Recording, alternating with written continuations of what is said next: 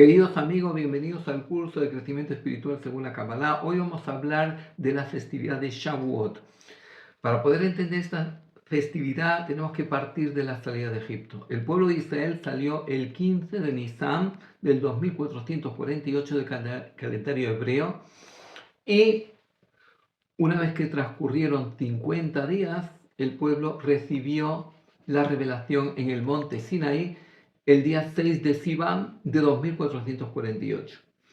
Y eso es lo que nosotros recordamos en la festividad de Shavuot, este día memorable, este día único en la historia, donde todo un pueblo tuvo la oportunidad de recibir el mensaje y la profecía directamente de Dios. Y la Torá en el capítulo 19 del libro de Shemot, de Éxodo, nos habla de este evento y comienza relatando que el tercer mes, quiere decir el pueblo de Israel salió el 15 de Nisan, luego el mes de Iyar y el 1 de Sivan, quiere decir que 6 días antes de la revelación del monte Sinaí, el pueblo llegó a la explanada del monte Sinaí y, como dice la Torá, que Bayom Azeh, en este día, Baumidbar Sinaí, vinieron al desierto del Sinaí, quiere decir el 1 de Sivan, el día de Rosh Hodesh, el primero del mes.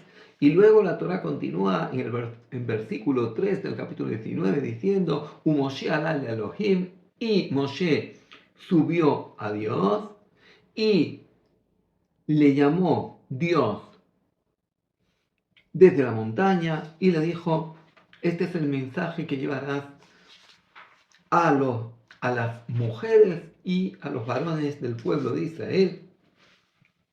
Dice, vosotros visteis todo lo que yo hice en Egipto y os alcé como en alas de águila. Rashi, principal comentarista de la Torá, nos dice por qué habla de alas de águila. Dice, porque el águila cuando vuela mete a su cría debajo de el ala, por si alguien la dispara, que la cría esté protegida. Y Dios le da 3 condiciones a Moshe para que se las diga al pueblo de Israel. Dice, si vais a guardar mi pacto, y si vais a ser un pueblo modelo de entre todos los pueblos, y si vais a ser un reino de sacerdotes y una nación santa, quiere decir, si vais a ser líderes que vais a proclamar y enseñar este mensaje, que os vaya a convertir en embajadores de Dios para llevar el mensaje espiritual a la humanidad. Estas son las cosas, las palabras que tú narrarás a los hijos de Israel. Y Moshe Rabenu bajó, le dijo a los sabios del pueblo el mensaje que Dios había transmitido y todo el pueblo a unanimidad dijo, nace, haremos. Lo que Dios dijo, haremos. Como que firmaron un cheque en blanco. Y el miércoles día 3 de Sivan, el lunes 1 llegaron, el martes Moshe subió y lo comunicó al pueblo, y el miércoles dice, Vayashev Moshe et divrei ha'am el Adonai. Y hizo Moshe llevar las palabras del pueblo a Dios, y le dijo Dios a Moshe, dice, dile al pueblo que se santifique durante 3 días para que el 6 de Sivan puedan venir a recibir el mensaje. Dice, y estaréis preparados para el tercer día. Era un día de sábado, día 6 de Sivan. Dice, porque en el tercer día Dios va a bajar a los ojos de todo el pueblo sobre la montaña del Sinaí. Dice, y tendrás que hacer un límite alrededor de la montaña, porque si la luz divina va a bajar sobre el monte Sinaí, esa luz con toda su intensidad, si una persona no está preparado para poderla canalizar, podía morir. Dijo, pondrás un límite para que nadie pase el límite y nadie sea dañado por esa manifestación de luz divina que va a haber en ese lugar. Y posteriormente dice, y salió Moshe al pueblo, al encuentro de Dios, desde el campamento, y se asentaron debajo de la montaña. Es decir, en realidad el significado es que se pararon en lo bajo del monte. Nuestros sabios interpretaron, ¿qué quiere decir Betachtit Ar, debajo de la montaña? Como que Dios invirtió la montaña y dijo, tenéis que recibir el mensaje. Como queriendo decir, la evidencia de la manifestación es tan grande que no os podéis negar. Y dice, y todo el monte Sinai era humo, se refiere a humo, se refiere a luz divina. Dice, y bajó Dios sobre el monte Sinaí, a la cabecera de la montaña, y llamó Dios a Moshe a la cabecera de la montaña, y subió Moshe, y dijo Dios a Moshe, baja y advierta al pueblo, dice, no sea que irrumpa la mortandad. Como quieren decir, advierte que no vayan a pasar el límite. ¿Por qué? Porque van a sentir esa elevación y van a querer sentir más elevación, aproximarse más y no van a poder contener esa manifestación de luz divina.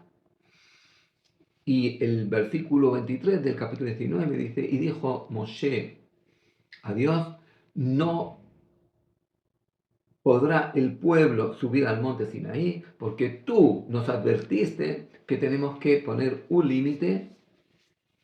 Y le dijo Dios, baja y sube tú con Aarón, y los sacerdotes y el pueblo tendrán que permanecer abajo. Quiere decir que las dos únicas personas que tenían esa capacidad de poderse acercar a la cabecera de la montaña y no morir, de canalizar esa luz divina, eran Moshe y su hermano Aarón. Vaidaber Elohim con Israel, y habló Dios todas estas palabras al pueblo. Quiere decir que era importante, explica Maimónides en las leyes sobre el fundamento de la Torah, capítulo 8 del Mishneh Torah, explica Maimónides, dice, la revelación para todo el pueblo era fundamental. ¿Por qué? Porque siempre podía haber duda de que tal vez todos los milagros que ocurrieron en Egipto era obra de la hechicería. Es decir, habían hechiceros grandes en Egipto que pudieron incluso provocar plagas de la sangre y la langosta. Dice, tal vez el pueblo podía pensar, Moshe Rabbeinu es un hechicero mucho mayor y tiene esa capacidad de hacer lo que los otros no pueden. Dice, sin embargo, era necesario que vinieran a la revelación del monte Sinaí para percibir esa voz que Moshe recibía y para poder tener esa vivencia de Dios como el pueblo tuvo en ese día cuando escucharon los mandamientos. Comencía el primer mandamiento, yo soy tu Dios que te sacó de Egipto, quiere decir, yo soy tu Dios no solamente que te creó, sino que interviene en la creación y te sacó de Egipto y que tú pudiste constatar en la historia. Y por eso este primer mandamiento es un mandamiento que tiene un doble significado. Primero es el significado de saber que Dios es creador, y en segundo lugar que Dios interviene en la creación. Y continúa el segundo mandamiento, dice, no tendrás otros dioses delante de mí. Dice, ¿qué quiere decir no tendrás otros dioses delante de mí? Maimónides explica que el primer idólatra fue Enosh, el hijo de Shed. ¿Quién era Shed? Hijo de Adán y Jabá. Adán y Jabá tuvieron Caín y Abel. Caín es Hebel, Caín mató a Hebel y luego tuvieron a Shed. Dice, Enosh era hijo de Shed. Y Enosh empezó a servir a los astros. Él dijo, estos son ministros de Dios y por tanto son dignos que los sirva. Ahora dice Dios, no tendrás otro Dios delante de mí. Quiere decir, si yo estoy delante, tú no puedes servir al ministro. Si el rey está presente siempre, ya no puedes servir al ministro. Y por tanto todos los honores se los tienes que dar a Dios.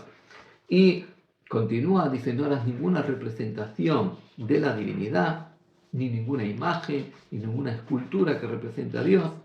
El tercer mandamiento es, no tendrás, no pronunciarás el nombre de Dios en vano, es decir, no utilizarás el valor más importante, que es el valor de Dios, para tu propia conveniencia, para justificar una mala conducta tuya, es decir, no, yo juro por Dios. Quiere decir que el valor supremo, que es el valor de Dios, tú tienes que mantenerlo totalmente fuera de tu interés personal. Y el cuarto mandamiento, recuerda el día del sábado para santificarlo. Y ahí conecta el cuarto con el primero. El primero es tener ese concepto de que Dios creó el mundo y que Dios interviene. Ahora, ¿cómo yo manifiesto en la práctica que Dios creó el mundo? Cuando yo paro mi labor creativa el sábado. Si alguien me pregunta, bueno, ¿y tú por qué paras tu labor creativa el sábado? ¿Por qué no trabajas? Porque Dios paró su labor creativa. Es una forma de reconocer, de expresar, de manifestar, dar testimonio que el mundo tiene un creador.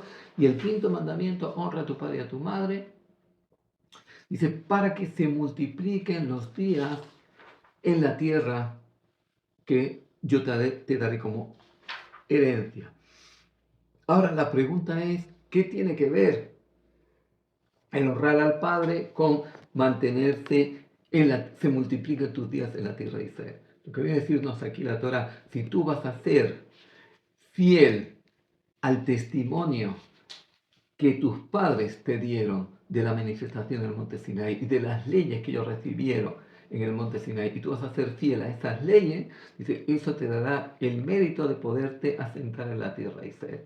Pero si tú no vas a ser fiel a esas leyes y te vas a desviar de los valores éticos y espirituales, vas a perder la posesión de la tierra de Israel. Y luego la segunda tabla ya son mandamientos del hombre con el hombre. No matarás, no cometerás adulterio, no robarás, no prestarás falso testimonio y no codiciarás.